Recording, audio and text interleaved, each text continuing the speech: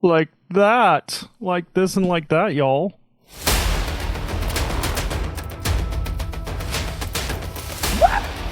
No, it's back. Give it to the quarterback. No, we got the running back.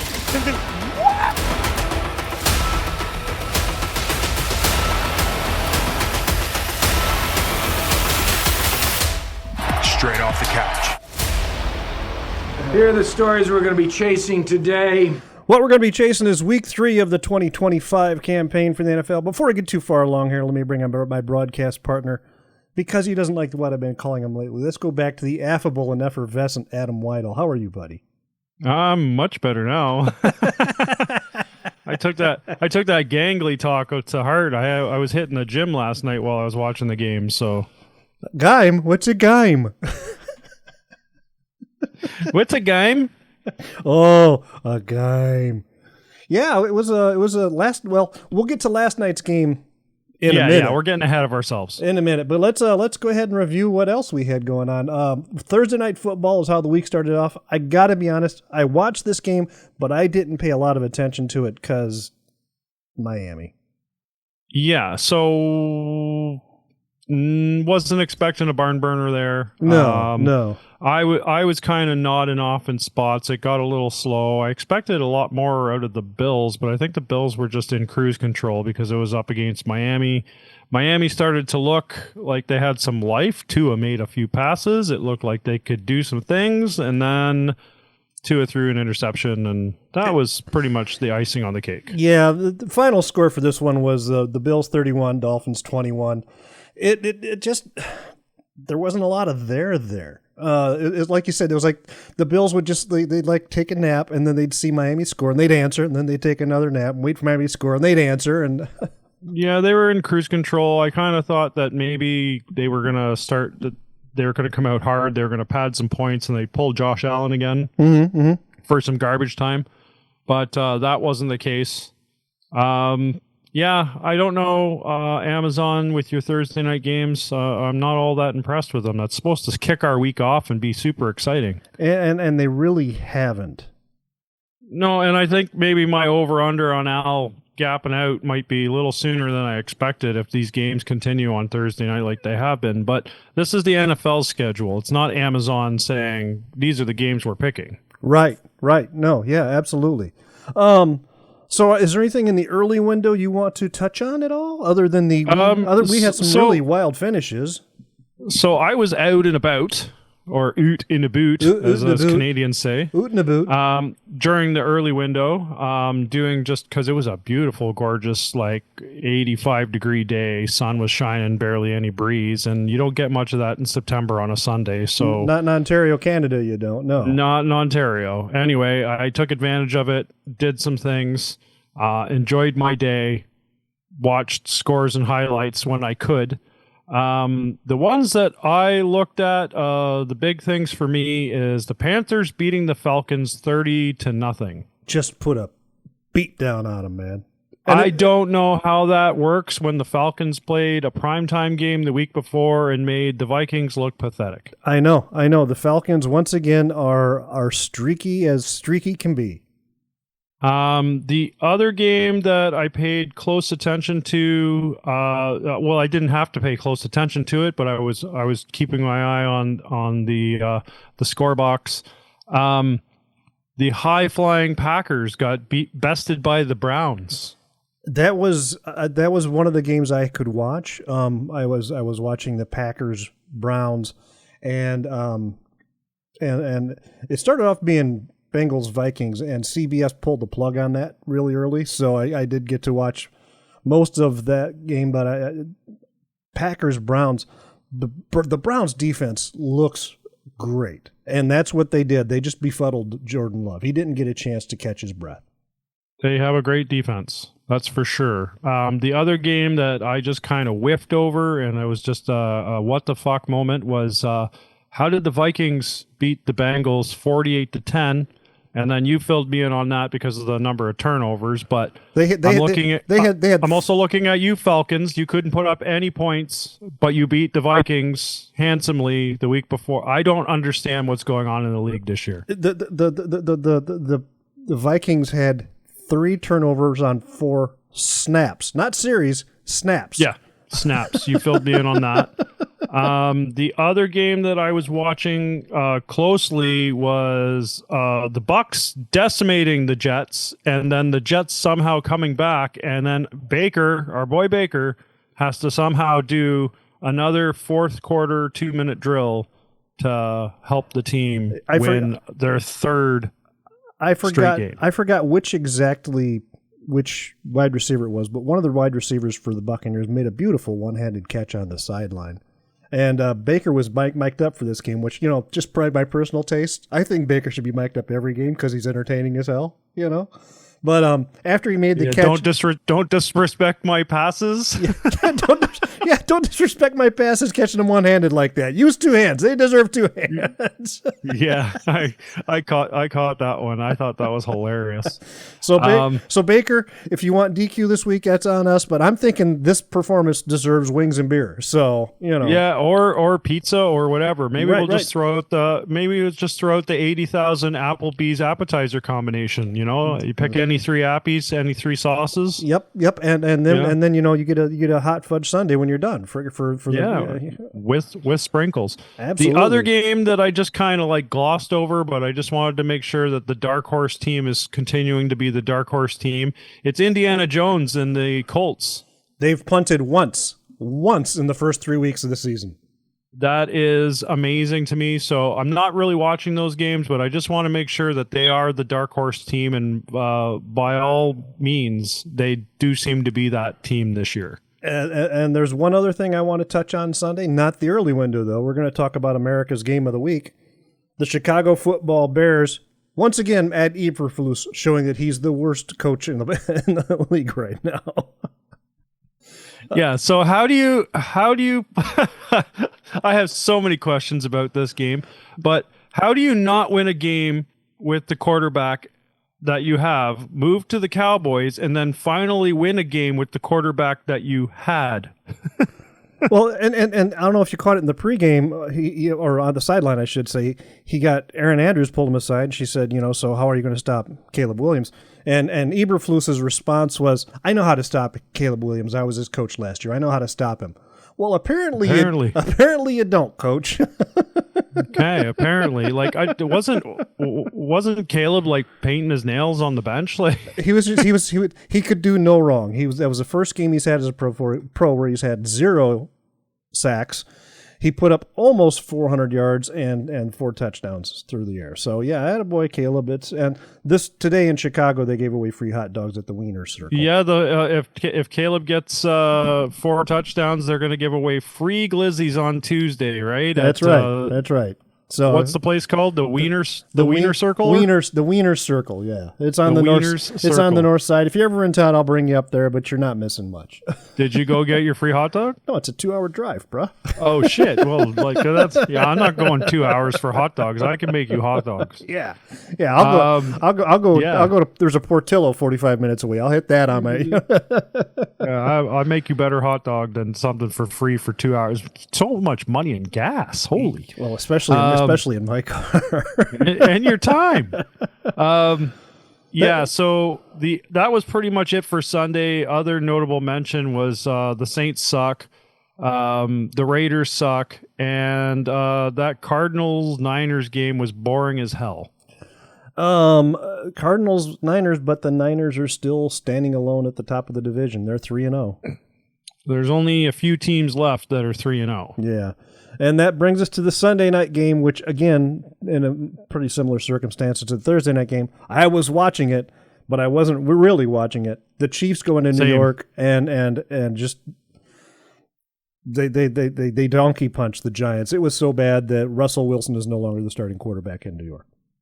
Yeah, and if my recollection is correct, you picked the Chiefs and I picked the Giants because I figured the Giants would do something. And man, was I ever wrong. But the Chiefs didn't look that great either. No, they didn't, because the Giants are not a good football team, I'm sorry to say. Like the Chiefs, I saw Patrick Mahomes trying to do his schoolyard bullshit, and they were not connecting. No. And he was missing No. he was missing Kelsey by, a couple of yards. Like these little 5-10 yard passes that these guys can do blindfolded. They were not connecting, No, and they did not look good at all. If they weren't in the dirt, they were over his head. He was all over the place. And with all due respect to our friend Coach K, who we both know is a huge Giants fan, the Giants are just a train wreck. If Brian Dable is still coaching at Thanksgiving, I'd be surprised.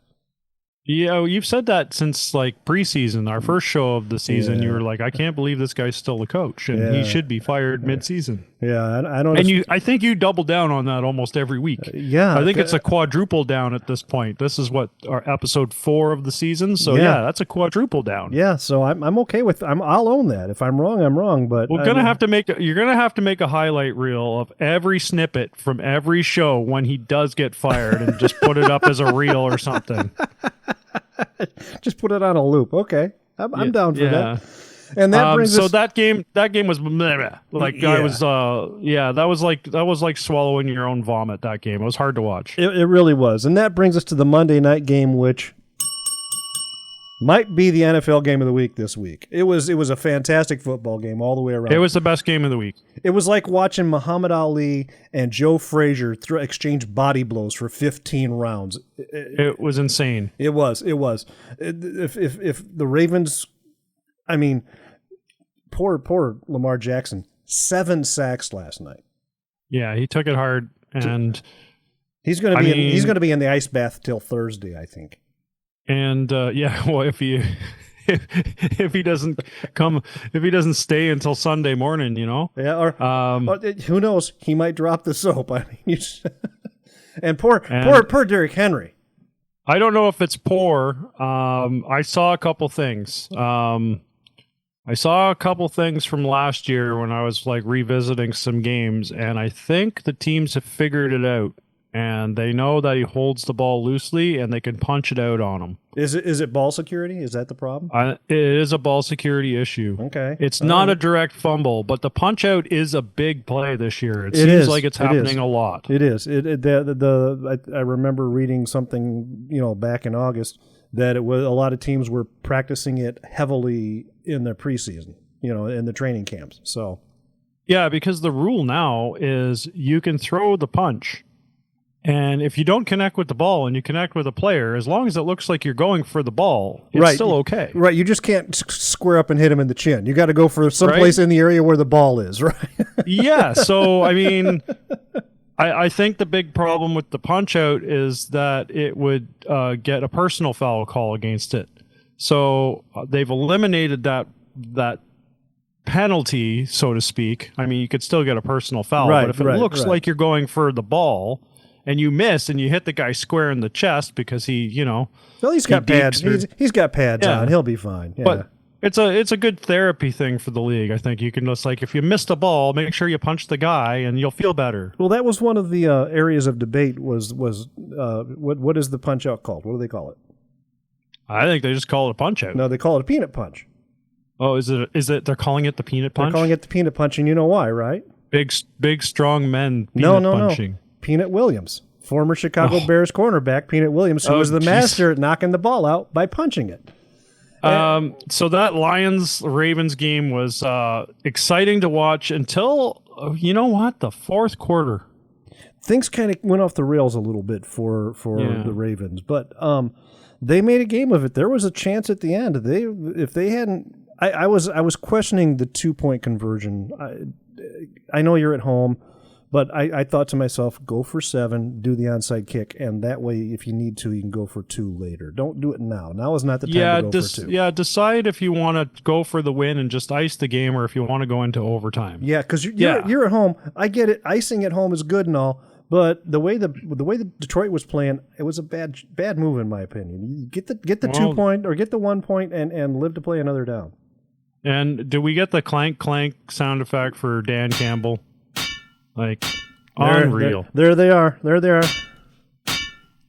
So this guy goes for it on fourth down more than anybody else, and the gadget plays are still a thing. Oh, dude, that fourth and goal from the 2 with the double option was the gutsiest piece of call playing I've seen in 30 fucking years, man. Oh, man. That guy's balls can't even fit through a door, man. Insane. So Lions end up icing this one 38-30. What I did say last week, because I had a hard time calling this, Terry, you selected the Ravens, so I went with the Lions because it was a coin flip situation. I said the first team that scores is going to win, and you accused me of being booger. No, but that's exactly how it went down. Is the first team that scored won. If the Ravens scored first, they were going to win the game. I just felt like this was a heavyweight battle. It was, though. Whoever scored first was going to carry that momentum. Now we have a bit of a conundrum as we move into the Week 4 call. Thursday night. That's Seattle. That's the Seattle Seahawks going into Arizona to play the Cardinals. Divisional matchup. The Seahawks are kind of struggling right now, but the Cardinals aren't exactly lighting the league up. Which way would you like to go on this one, sir? So just before we start our Week 4 picks, Week 3 we ended up at an 8-3 each. So we're 8-3. I obviously picked the Giants, which was a big fuck up, and I picked the Lions, which gave me redemption. But that one could have went either way. Seahawks Cardinals. I'm gonna take the Hawks on this one. Okay, I'll go Cards. I think the Hawks just have more depth than the Cards right now. Cardinals do have some pieces, but there's something about that little kid under center just running around that kind of tells me they can't do the job. You know. So Deb, my friend Deb, texted me during the Cardinals game last week. She goes, "He really looks good," and I said, "Every time I see him, I hear yakety sax." She said, "What's yakety sax?" So I sent her yakety sax. And she texted me again halfway through the second half. She's like, "Now I can't see him run without hearing that stupid song." Oh, you created an earworm, buddy. It's fantastic. Now here's probably playing in her sleep. Now here's the conundrum we run into for next week. We're going to call just the national games Sunday morning, 8:30 my time, 7:30 yours. Is that a national game? I'm not going to consider it a primetime game because it starts their international series, so it's like 9:30 a.m. here. And to be honest, it's two teams I really have no interest in, so I won't be waking up in the morning going, "Oh boy, I hope I can watch the Steelers at 9:30 a.m." Said no one ever. Well, I guess Steelers fans, but yeah, and not a really interesting game for me. And we have two games in the game of the week window. We have Ravens Chiefs and Bears Raiders. The Bears are actually an underdog according to the bookies in Las Vegas. So we're not going to call either one of those. We both know which way I would go. I'd want the Bears to win, and I think the Ravens are going to handily beat the Chiefs. So that's not a big deal. I'm just going to have a quick look here at what's going on. I guess the big game for me in the early window is going to be the undefeated Eagles walking into the undefeated Bucks home. That should be that has all the vibes of a really good football game because they're both playing really well right now. But the Eagles lost a wide receiver after the weekend, so he's going to be out. Evans is going to be out for a while. So, and it looks like the Bucks landed some like 400-pounder for their practice squad. Today. Well, you got to do something, man. You got to. So that brings us to Sunday Night Football. Sunday Night Football. This has been driving me crazy. We've talked about it a couple of times. I'm going to bring it up again. How are the Cowboys getting so many primetime games this year? It's their year. Don't you know? Jerry's all in. Anyway, we've got the Green Bay Packers traveling to Dallas to play the Cowboys. If you're not picking the Packers, I think there's something wrong with you, and you might want to seek medical help. I'm just going to say something before I put in my pick. Okay. If you pay any attention to fantasy football. I don't. Okay.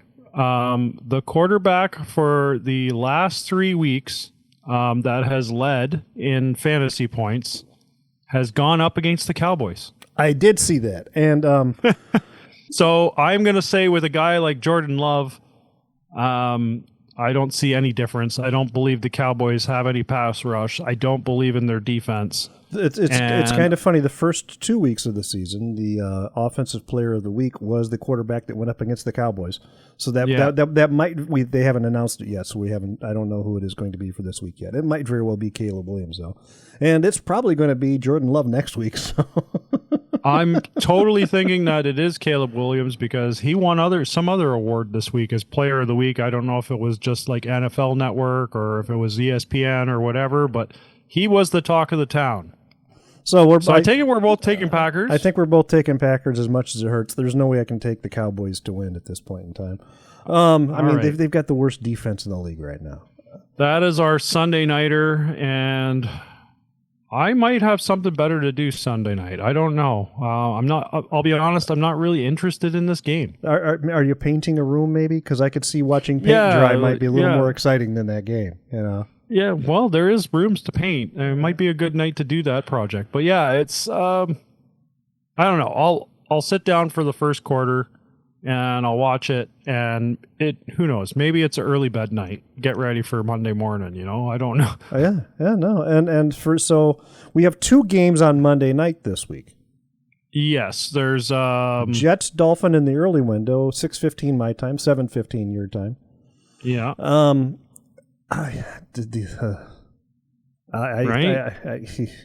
Bottom of the AFC East. Yeah, but.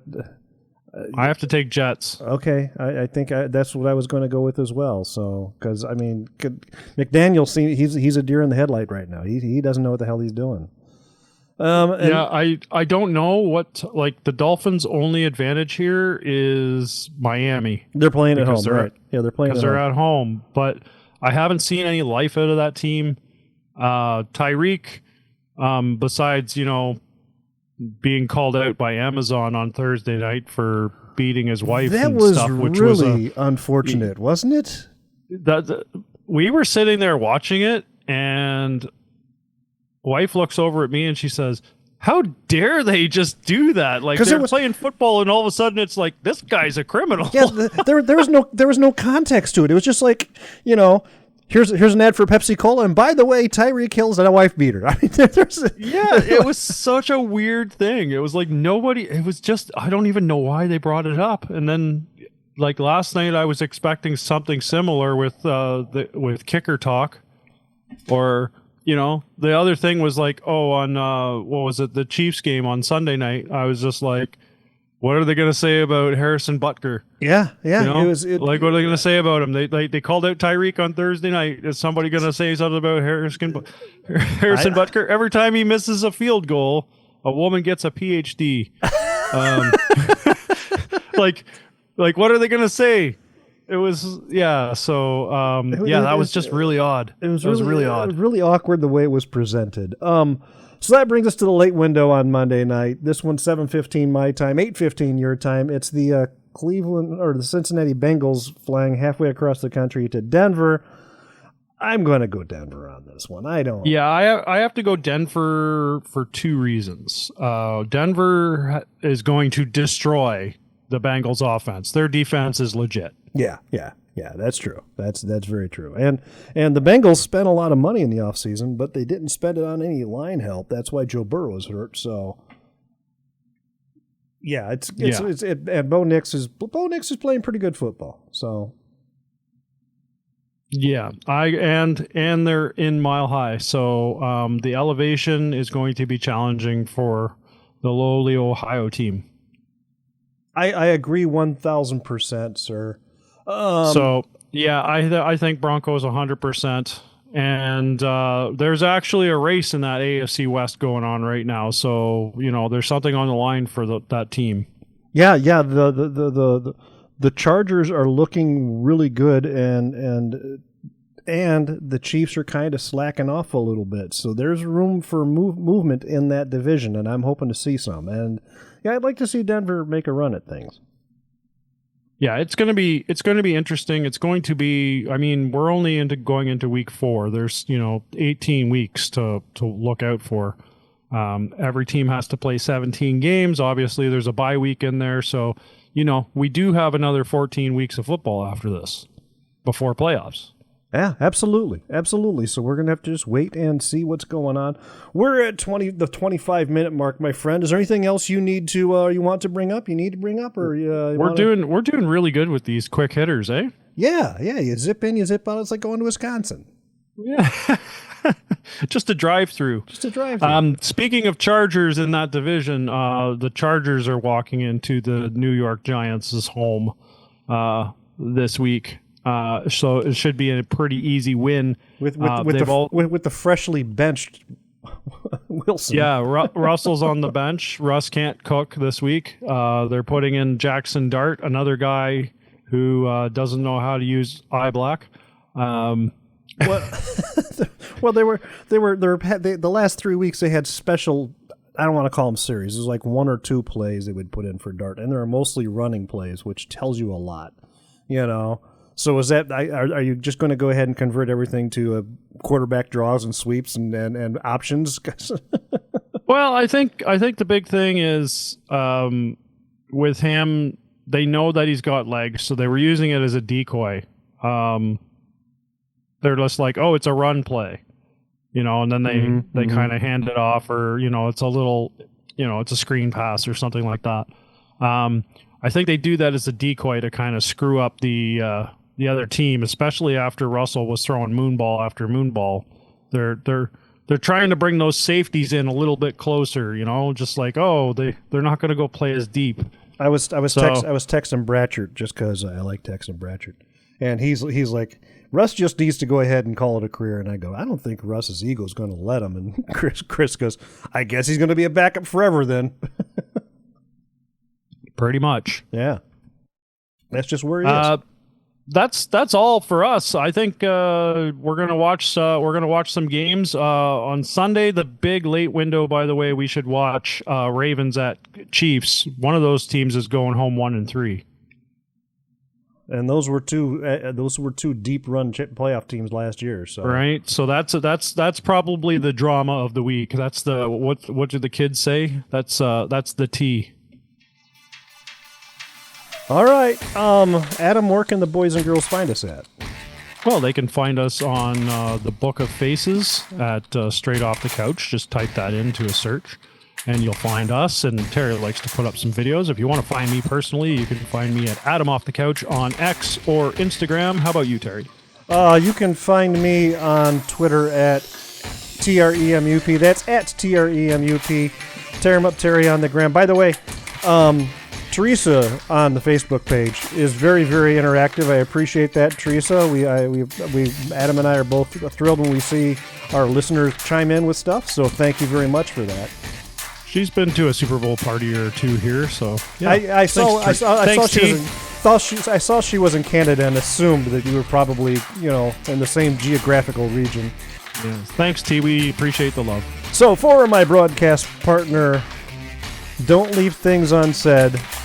Check on those you love. Until next week, bye-bye, everybody.